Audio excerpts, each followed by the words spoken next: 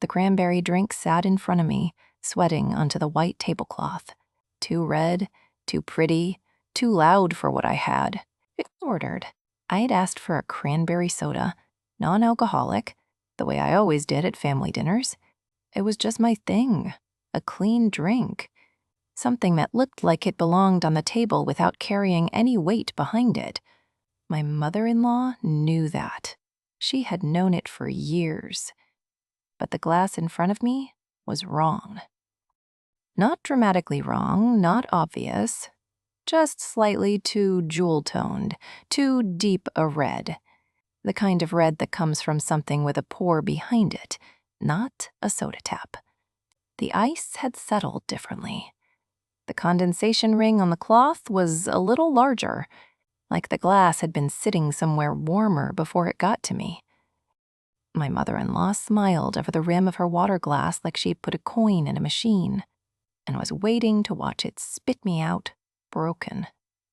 The husband was beside me, reading the menu like it was the most important document he had ever been handed. The father-in-law sat across from us, already buttering his bread in slow, careful strokes, the way a man butters bread when he has decided not to participate in whatever is coming.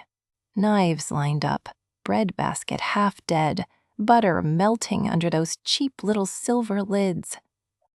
I pressed my thumbnail into the center of my palm. Once. Twice. My old trick. Keep the face calm. Keep the hand still. Keep your voice in your throat where no one can use it against you. Because I had seen her switch it. Not full-on movie villain, not dramatic. Just a soft little reach while the husband's eyes were on the menu. A glass moved 2 inches, then 4. Then my drink was hers and hers was mine. One casual, practiced motion like she had rehearsed it in a parking lot. Like she had thought about exactly how much reach it would take. I watched it happen in my peripheral vision, and I kept my face still. Then I lifted the glass. I smiled at no one in particular. I let the rim touch my mouth, and I did not swallow. Not yet. Before I tell you what happened next, you need to understand something about the years that came before that dinner. Because this was not about a drink. Not really. It was never about the drink. It was about the small, specific life I had finally carved out in that family, and her belief that it was not mine to keep. I had been with the husband for 6 years, married for 3, and from the very beginning, his mother had a particular way of talking about me. Not cruel, nothing you could put your finger on cleanly, just observational. She would note things, she would clock things. She would say she was very quiet, was she not? To other family members while I was standing close enough to hear, and then smile warmly at me when I looked over, as if she had been saying something kind. I was too sensitive, too quiet, hard to read, not warm enough. She said it like weather, like fact, like a committee had gathered and reached consensus while I was in the bathroom. And I did what a lot of women do in that position. I did the polite wife math. Smile here, laugh there. Do not correct her in public. Do not make him choose. Do not be the woman who divides the family. Because that label, the one about the woman who divides the family, that label will follow you longer than any argument you win. So I stayed small. I stayed pleasant. I passed the roles, and I filled the silences, and I said, that is such a good idea about things. That were not good ideas, and I pressed my thumbnail into my palm under the table where no one could see. The corner seat at dinner. That was mine. The one with a sightline to the door. The way the husband's knee would bump mine under the table when his mother sharpened her voice. The small, stupid comfort of a clean water glass, a folded napkin, one evening where I did not have to defend every breath I took in that woman's presence. That was the life she wanted to take from me. Not in one dramatic move, but piece by piece, corner by corner. And the glass, the switched drink, the cocktail disguised as a soda, that was just the next piece.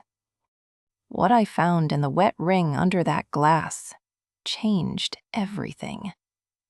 I want to tell you about the napkin first. I have a habit. When I am nervous, when I am sitting in a booth waiting for someone to say something I will have to survive, I smooth things. Tablecloths, napkins. I line up the edges, I fold the corners. It gives my hands something to do that is not shaking. That night, before she switched the glasses, I had been smoothing my cocktail napkin flat. The little square paper one under my drink, lining up the torn corner where the perforations had not held. Torn corner, right-hand side, bottom edge. I noticed it the way you notice things when you have trained yourself to notice things. When the glasses moved, that napkin moved with hers. Mine went to her position. Hers, the one with the cranberry cocktail, the real drink, the trap, came to me with a clean napkin. Simple, stupid, perfect. Then the server came by to drop the itemized check in the little black folder. Because we had learned months ago to ask for the bill early, she had forgotten her card 3 times, and we had stopped waiting politely for the reminder. I opened the folder because the husband was still talking, and I started calculating the split the way I always did. And there it was. Plain ink, small print, itemized. 1 cranberry soda listed at $3.49. 1 cranberry cocktail listed at $9.99. Same color in the glass, same ice, same lie in 2 different dresses. I was not snooping. I was not going through purses or checking phones or playing detective in some dramatic, hand-wringing way. I was paying for dinner the way I always paid for dinner, and the receipt handed me the first clean piece of paper. The receipt said something I still cannot forget, not because it was dramatic, but because it was so ordinary. 2 drinks, 2 prices, 1 switch, 1 woman across the table watching my mouth like it belonged to her. I kept my face completely still. I set the folder down and said the total out loud, and the husband pulled out his card. And his mother thanked us warmly, the way she always did, with that hostess glow that made everything feel like a performance run for an audience. Only she could see. The toast came near the end of dinner. She raised her glass, her water glass, her real water glass. Nothing switched there. And she said she was grateful for honesty in this family. Honesty. That word, rotten little church bell, rung right at the dinner table. She looked at me when she said it. Not the husband, not the father-in-law, not the table, generally. Me. Direct, 2-second eye contact with a smile tucked in at the corners. The one that means I have something on you and you do not know it yet. The husband laughed a little, the way he laughed at most of her speeches, with relief that it was not going anywhere worse. The father-in-law stared at his steak like it might excuse him from the room. And I understood. Right then, in the space between one breath and the next, exactly what she had planned. She had not switched the drink to make me drunk. She had switched the drink to make me proven. She wanted me to sip the cocktail at a family dinner. She wanted the alcohol on my breath later that night when the husband was close enough to notice. She wanted to have had this dinner on record. The dinner where she raised a toast to honesty, so that when he smelled the drink he had not seen me order, there would be a narrative already in place. An existing concern. A pattern she could point to. She was not trying to poison me. She was trying to turn me into a story she could tell. And I had almost given her the first page. I set my untouched glass down on its clean napkin. Her clean napkin. Without the torn corner. And I smiled back at her, empty and polished. She had built an entire story around that glass, All she needed was for me to take one obedient sip. I kept the last sip. Not for some television lab miracle, not because I was planning some grand, dramatic reveal that night. I kept it because I was angry and I was calm. And I was very, very tired of being the woman in the room who noticed everything and said nothing and got. Quietly reduced, anyway. After dinner, in the parking lot, I asked our server if they had a moment. I kept my voice low and practical. I said I thought there may have been a mix-up with the drinks at our table, and I wanted to note which glass had been placed at which seat. He confirmed it without drama. The soda had gone to seat 3, which was mine. The cocktail had been placed at seat 5, across the table from me, which was her seat. I thanked him. I asked the manager for a paper copy of the receipt. He printed one without asking why. Then I sat in my car in the parking lot while the husband went back inside to use the restroom. And I typed out the table positions in my phone notes. Not emotional, not poetic. Seat by seat, glass by glass. What was where? What I saw. When. The torn napkin, the switch, the timeline of the toast relative to when the server had cleared the first round. Then I asked the manager, before we left, if he could seal the remaining liquid from the glass in a small condiment cup and note which seat it came from on a piece of tape. He was confused, but accommodating. People who work hospitality long enough have seen stranger requests from calmer faces. He sealed it. I have it still.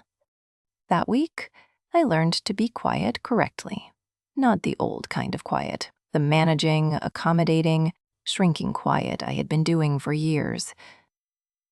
A new kind. The kind that comes from having paper in your hand. An accusation made too early is a gift. It lets people rehearse. It lets the person who did the thing become the person who was accused of the thing. And the story shifts. And suddenly, you are the one who caused a scene at dinner.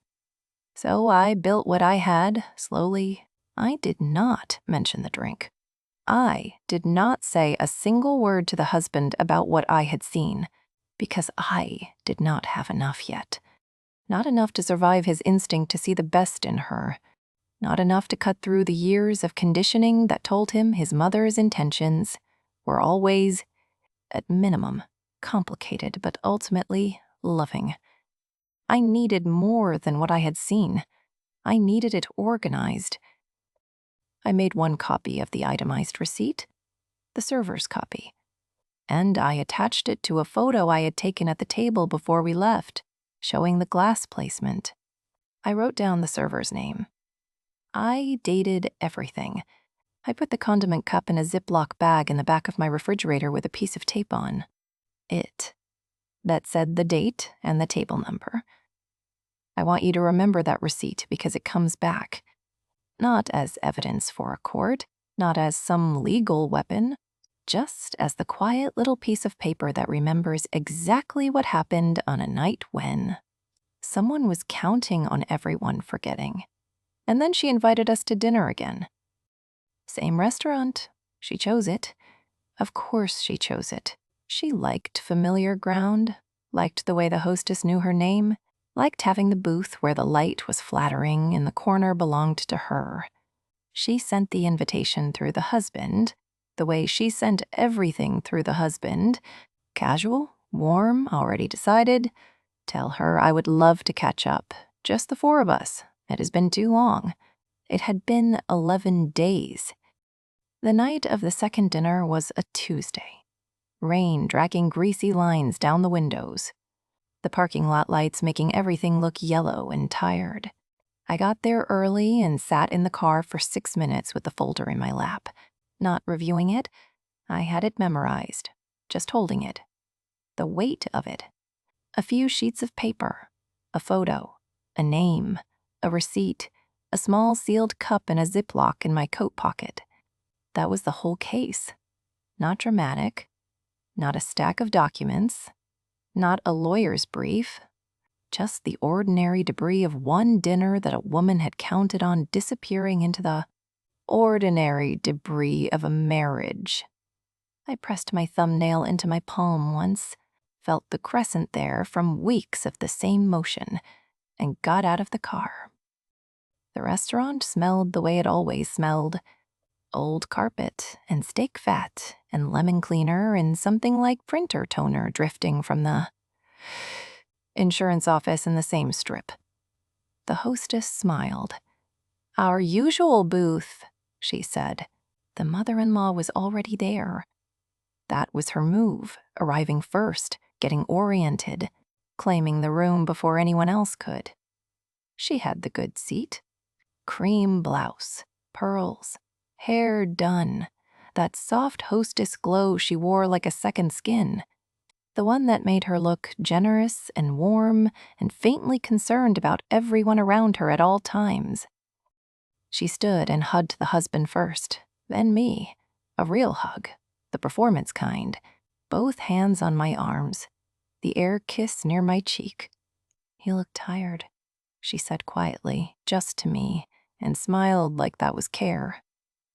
I said I feel great, actually. She tilted her head like she did not quite believe me. The husband slid into the booth beside me.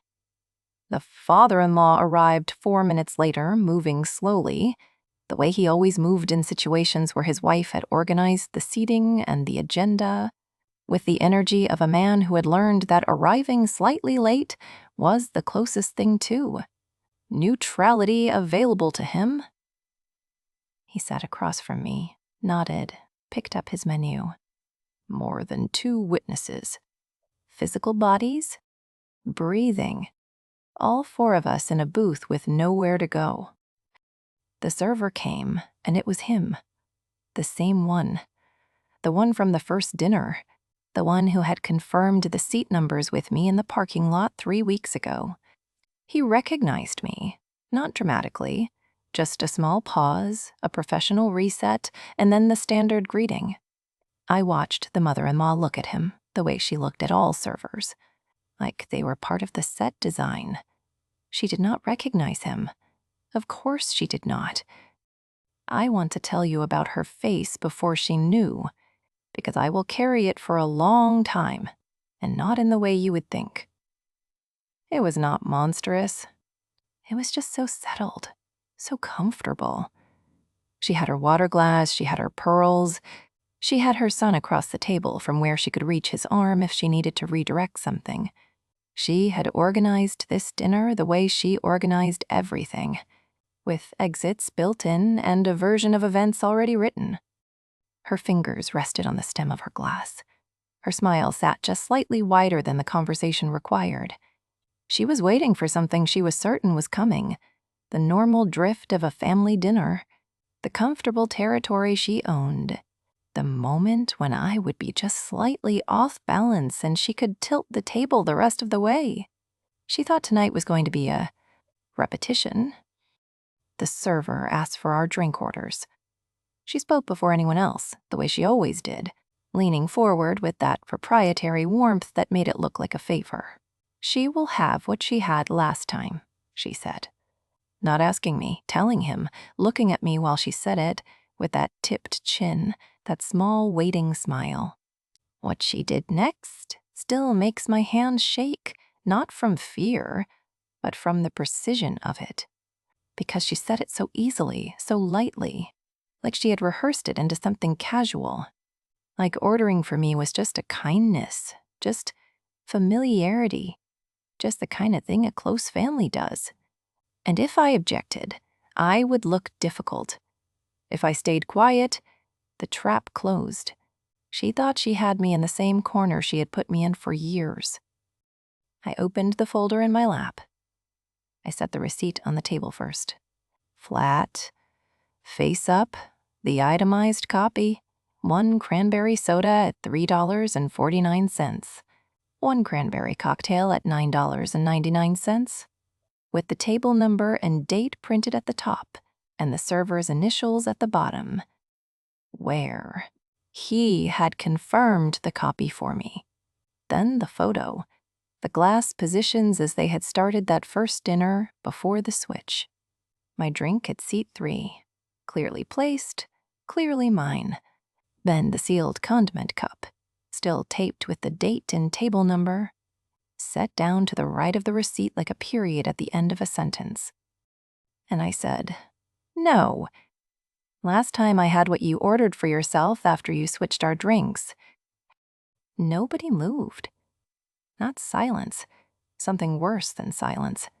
The specific breathing of people who are suddenly very aware of their own faces and are working hard to control them. The father-in-law's fork was suspended halfway between his plate and his mouth. He set it down slowly, without looking at anyone. The husband's knee pressed into mine under the table. Not a tap, a press, his whole leg going tense. The server stood at the end of the booth and found something very important to look at, somewhere near the floor. The mother-in-law laughed. Once, too sharp, the kind of laugh that arrives before the armor does. She said I was being dramatic. I pressed my thumbnail into my palm, felt the familiar crescent, and slid the manager's copy of the receipt toward the husband. Seat 3 was mine, I said. Seat 5 was hers. He can confirm it. I looked at the server. He confirmed it. Not dramatically, just, yes. That is correct. Seat numbers and drink orders were how he tracked the table. He remembered, because it was an unusual request, me asking him to note it after the fact in the parking lot. He was professional about it. But he confirmed it. I want you to remember the torn napkin now, because this is where it comes back.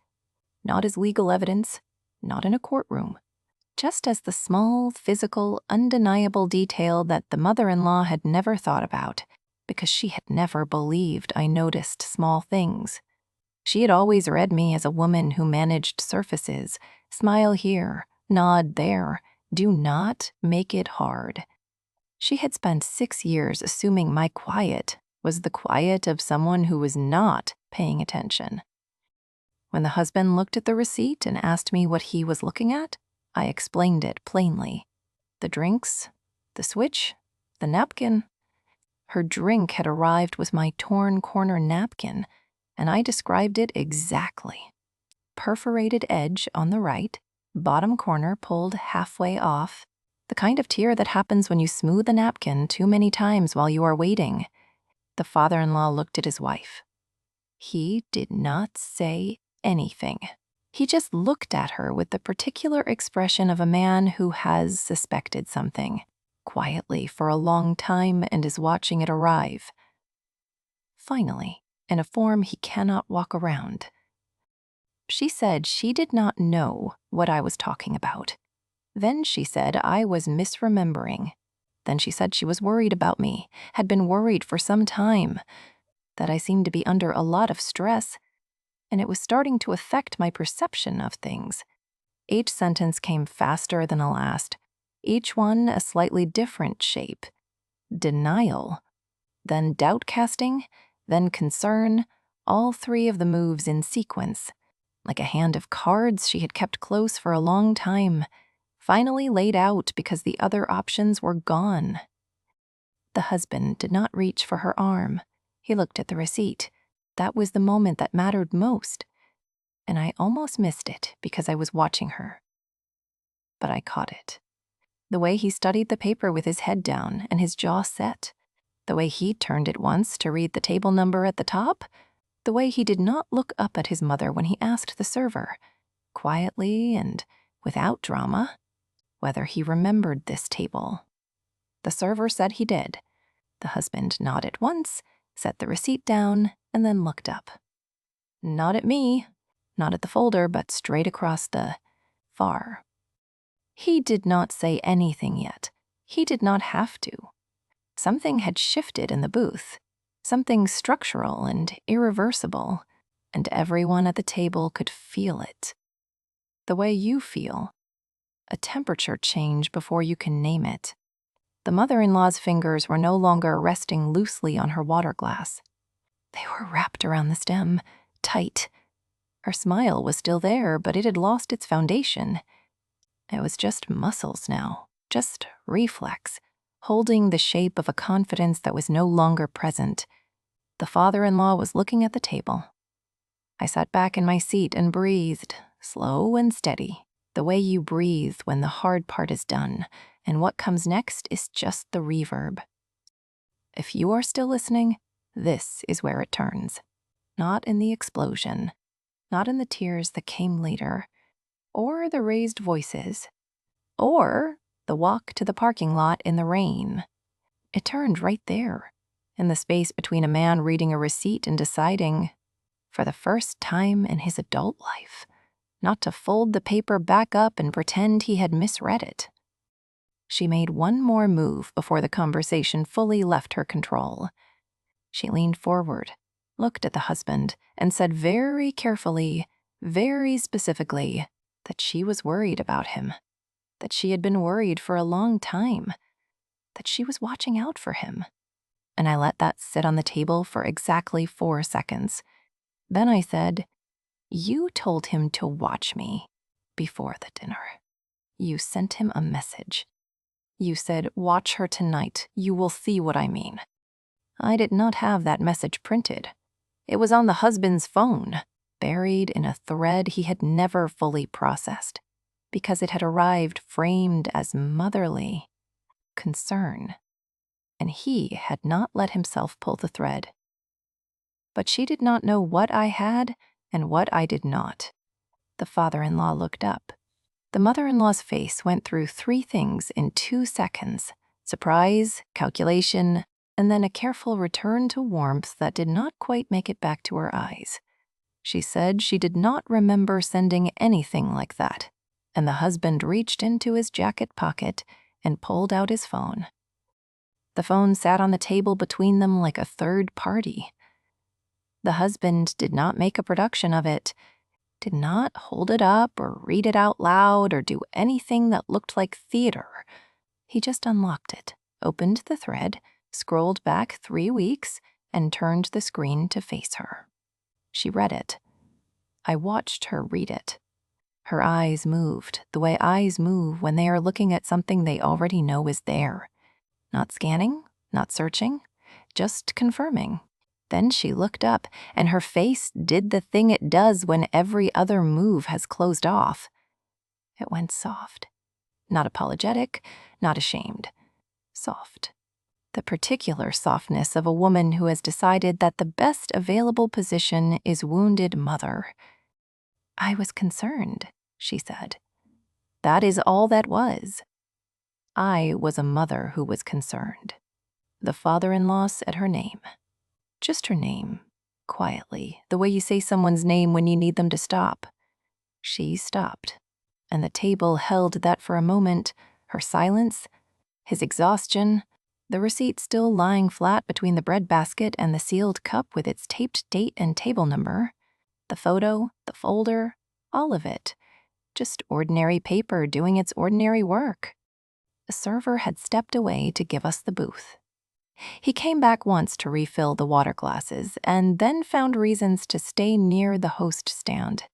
The manager stood near the far end of the service area, doing paperwork, not watching, but present.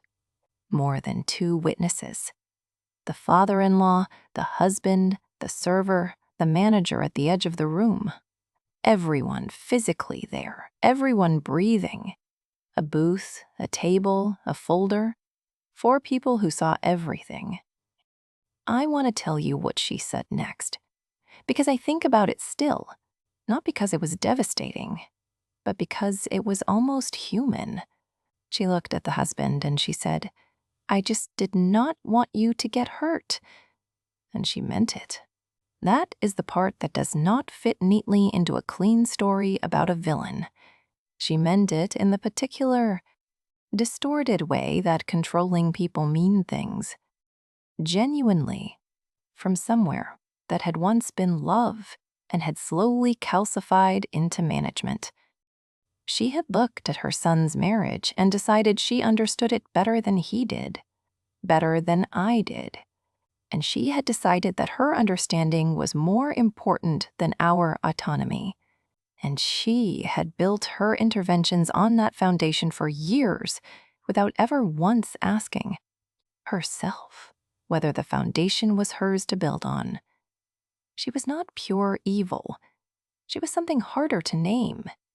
A woman who had convinced herself that control was care, that surveillance was protection, that if she just positioned things correctly, everyone she loved would end up safe. But she had still switched the glass. She had still told her son to watch his wife like a suspect.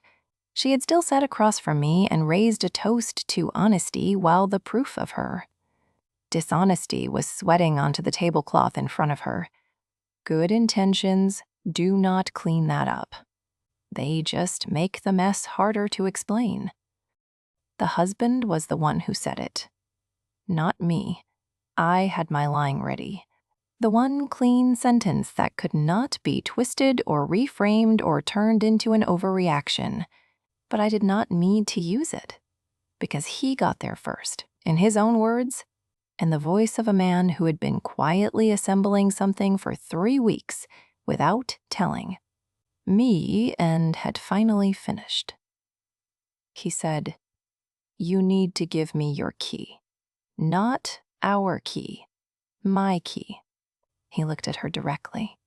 And he said, "Your key," which meant he had already decided that the key was the boundary, that the access was the thing, that the emergency copy she had had for 2 years, the one she had used 3 times to drop something off while we were not home, always with a plausible reason, always with something small and domestic in her hands, that key was going back.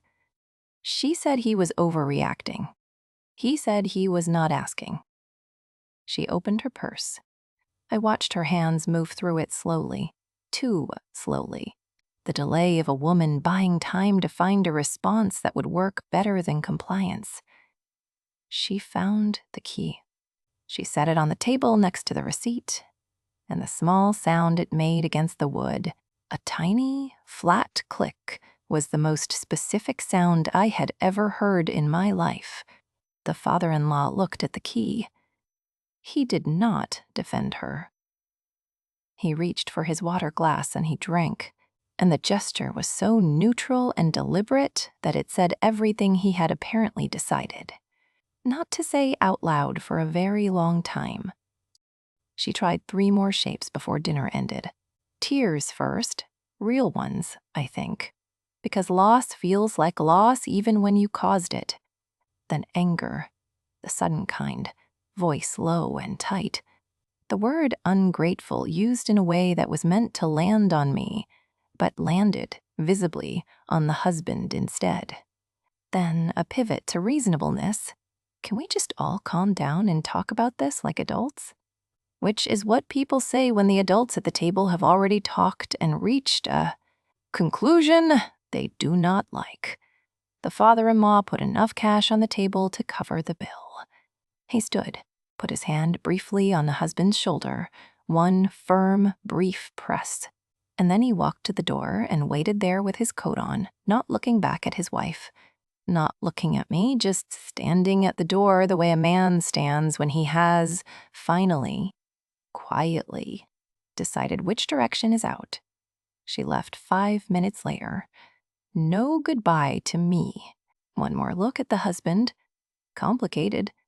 Searching. Already rehearsing the version of this she would tell herself later. And then she was gone. The booth was very quiet. The server came back, set 2 fresh waters on the table, said, "Take your time," in the tone of someone who has worked enough Friday nights to know when to disappear. The husband picked up the key from the table. "Lo." He held it for a moment, turning it over once, and then he put it in his pocket. We sat there for a while, not talking, not needing to exactly. The folder was still open in front of me, the receipt and the photo still fanned out on the table, the sealed cup sitting in its small taped silence. I started collecting everything slowly, fitting it back into the folder in the order I had organized it. receipt, photo, server's note, timeline. The husband watched me do it. Then he said he should have asked me what was going on instead of filing it away. I said, yeah. Not cruel, not a wound. Just, yeah. Because that was true, and we both knew it. And the moment did not need anything more complicated than acknowledgement. Later, the husband scrolled back further in the thread and found 2 other messages. Older ones, one from before our wedding, one from about 8 months into our marriage. Both framed as concern, both pointing at me, both carrying the same undertone. Watch her, question her. She is not quite right. I am just saying. He read them sitting on the edge of our bed with his elbows on his knees and his head down. I let him read. I did not narrate it for him, did not add commentary or tell him how to feel. He was doing something hard, reassembling years of small moments with a new piece of information in the center. And that work was his to do. When he looked up, he said he was sorry. I said, I know. The family dinner rotation ended after that. No more automatic Sundays, no more calls that began with, I was just in the neighborhood. No more ordering for me before I could speak. No more emergency key, no more access. No more private little traps dressed up as concern. The father-in-law stopped running interference with tired jokes. He called the husband twice in the weeks after, not to take sides, but to say simply that he understood, and that he was sorry it had taken this long for things to be clear. She called once and left a voicemail. I did not listen to it. The husband listened to it and then said it was more of the same. He did not call back. The boundary was not dramatic. It was not a scene. It was just a door that stayed closed, firmly, without shaking, until there was something real and different on the other side of it. The morning after the dinner, I came downstairs before the husband was awake. Made coffee. Stood in my kitchen in bare feet on the cold tile, waiting for the pot to finish. The folder was on the counter where I had set it the night before. The key? Her key. Our old key. The one that had let her into our home while we were not there. Sat beside the folder where the husband had left it. I picked it up, held it in my palm. Old brass, small, a little worn at the teeth.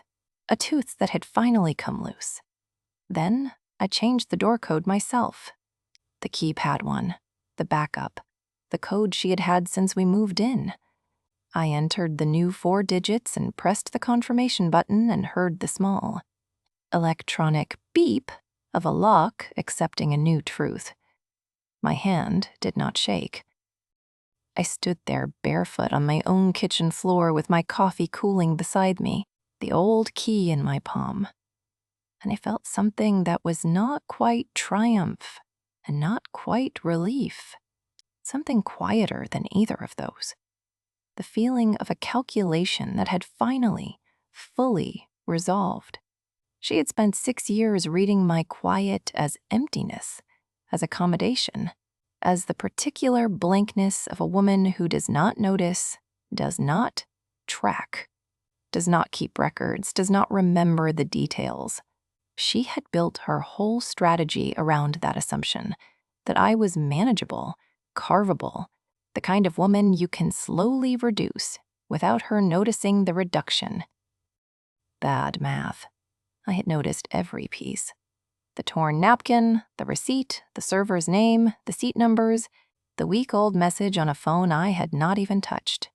All of it quietly accumulated, quietly organized, quietly held, until the moment when quiet became the most precise and devastating thing I owned. She had mistaken my stillness for permission. She had mistaken my patience for passivity. She had mistaken my thumbnail pressed into my palm, my small, private, invisible act of keeping myself together, for the gesture of a woman who was barely holding on. It was the gesture of a woman who was waiting. I'd put the old key in the folder with the receipt and the photo and the server's name and the timeline. Then I put the folder in my desk drawer and closed it. and I went and drank my coffee while it was still warm, standing at my own window, looking out at my own yard, in the house whose door code only I controlled. I have thought a lot about what I would have done if I had not seen her reach for that glass. If I had been looking at the menu, if I had been distracted by something the husband said, if the switch had been clean and I had taken that first obedient sip and spent the next weeks wondering why I felt wrong at family dinners without being able to name the thing. I think she was counting on exactly that, on the version of me that was too distracted, too accommodating, too trained by years of polite wife math to trust the alarm going off in her own body. She forgot one thing.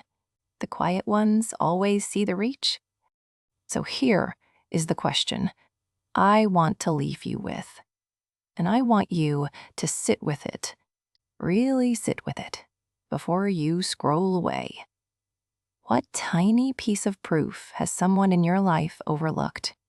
What small, specific, ordinary thing did they not track, not save, not document? Because they assumed you were too quiet to notice, too polite to use it, too easy to corner? What do you have in your drawer right now that they forgot you kept?